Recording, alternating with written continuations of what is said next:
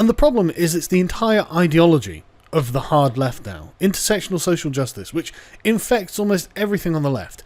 Like this. This is from the New York Times. Was that racist? Was what racist, New York Times? Was what racist? I mean, and honestly, I'm just going to jump to the conclusion that you're going to have. Yeah, it probably was racist. Everything is fucking racist. So go on, tell me what happened. A barista had just finished preparing an order and then called out, "Tall black Marks." Tall black Marks. Marks, a 6'2" African-American man, oh, I see where this is going, who works for a demolition company based in Colorado, stood bewildered by what seemed to be a racially charged incident inside a Starbucks. After realizing the misunderstanding, Tall Black was referring to the coffee, not the person ordering it. He laughed and diffused the situation with a joke. That's me, Tall Black Marks. Sounds like Tall Black Marks is probably a guy with a sense of humour. So he's not a social justice warrior. That's not racist, though. That's not racist. It's a misunderstanding, but it's not racist. If they had been saying, look, Tall Black Marks, that's not even racist. That's, in and of itself, if they were literally saying, hey, Tall Black Marks, yeah, over you, that's not a racist thing to do. That's a description of what he is. He was tall, he was black. So if they're trying to identify someone in a crowd, that's not a racist way to point them out. That's a physical represent. So if you're trying to identify someone in a crowd, that would be an adequate way of establishing that you're talking about that Marks rather than the short, fat, white Marks around him. But that's where you come in. Have you ever been left wondering whether an experience was racism? Look, if you aren't sure if something was racist, the odds are it's not racist.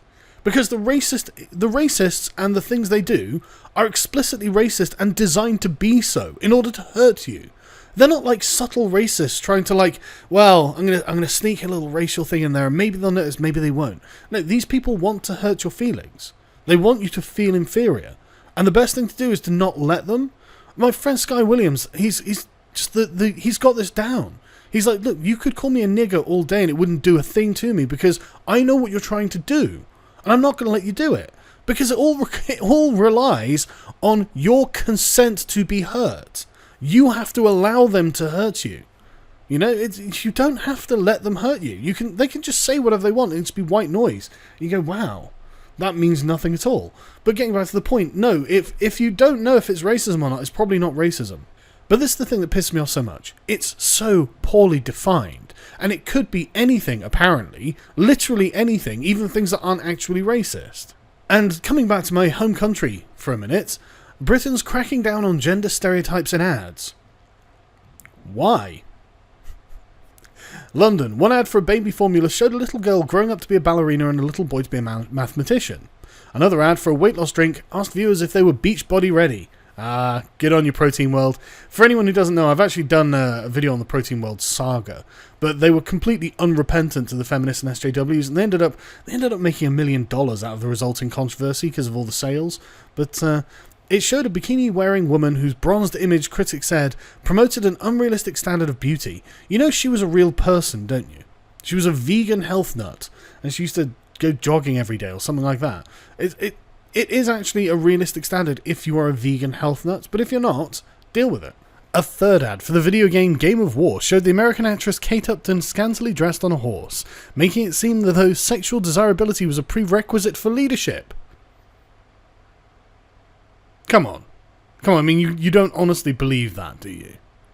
You must understand that something called Game of War, with an attractive woman with her boobs out on the advert, isn't a...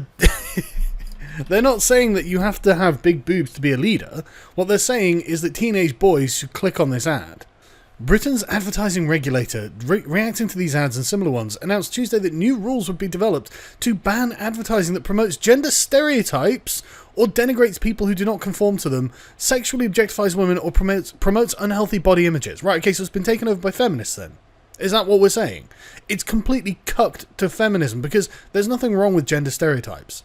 They exist for a reason because most people fall into these sort of patterns of behaviour. That's okay. And if people don't, that's okay too. It's not an attack. It's not a way of saying, hey, you're a bad person if you're not doing this. It's just a thing a lot of people do.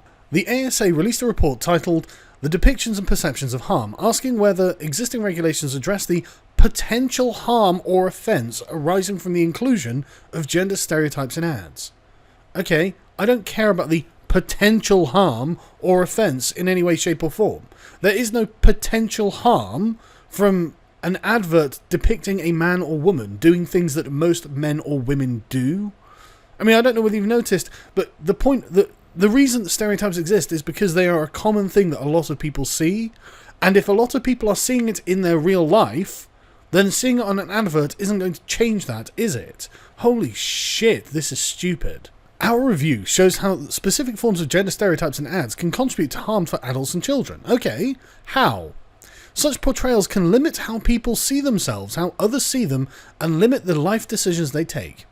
Okay, now tell me how that's harmful. Tell me where the harm is involved here. Because I don't agree that that's a harmful thing. I think people are innately limited by certain things about them, and that's just a fact. I mean, I'm 5'9". I'm never going to be slam dunking any basketballs. Add to the fact that I'm a bit portly, I'm never going to be running a marathon. Don't portray fat people running marathons on TV, because I'm going to sit there and go, well, that's innately harmful. If you portray fat guys on TV dunking basketballs, I'm not going to be sat there and go, well, you know what, I don't feel like the life decisions of being 5'9" are limiting me anymore. Like, it's so dumb. I'm sorry, I don't see how any of that is harmful. I don't see how people deciding to limit their own decisions. I don't see how people not choosing to do something is a form of harm. And I don't think there is an argument you can make that makes it a form of harm. At least not by the standard English definition of the word harm. But hey, you may well not be using the standard English definition. And I just want to tell you before we start, I reject your arbitrary redefinitions of these words. They're not the same. If you can't convey your concepts using standard English, then that means your concepts are nonsense. That means that you're talking shit. And the reason you want to now co-opt these words with new definitions is because you already know these words in the minds of the public have a negative connotation, and you can use that to manipulate them into agreeing with you. That's fucking why. That's why you redefine institutionalized racism as racism and sexism as sexism, blah, blah, blah. You don't do it because there's any real merit to what you're saying, because if you actually meant what you said, and you came in common English and said, hey, this is institutionalized racism, this is institutionalized sexism, people would look at you and go, no, it's not. You know it's not.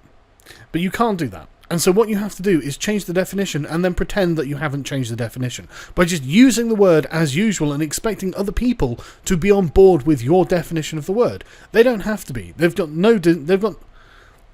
no right to do this, and they don't have to agree with your redefinition of the word. The word had a perfectly serviceable definition before. If you need to change it, just put the modifier on beforehand. Call it institutional racism, and then people say, okay, where's the racism in the BBC or whatever, the advertising standards, whatever it is. You know, but you don't do that because you are basically a bunch of serpents.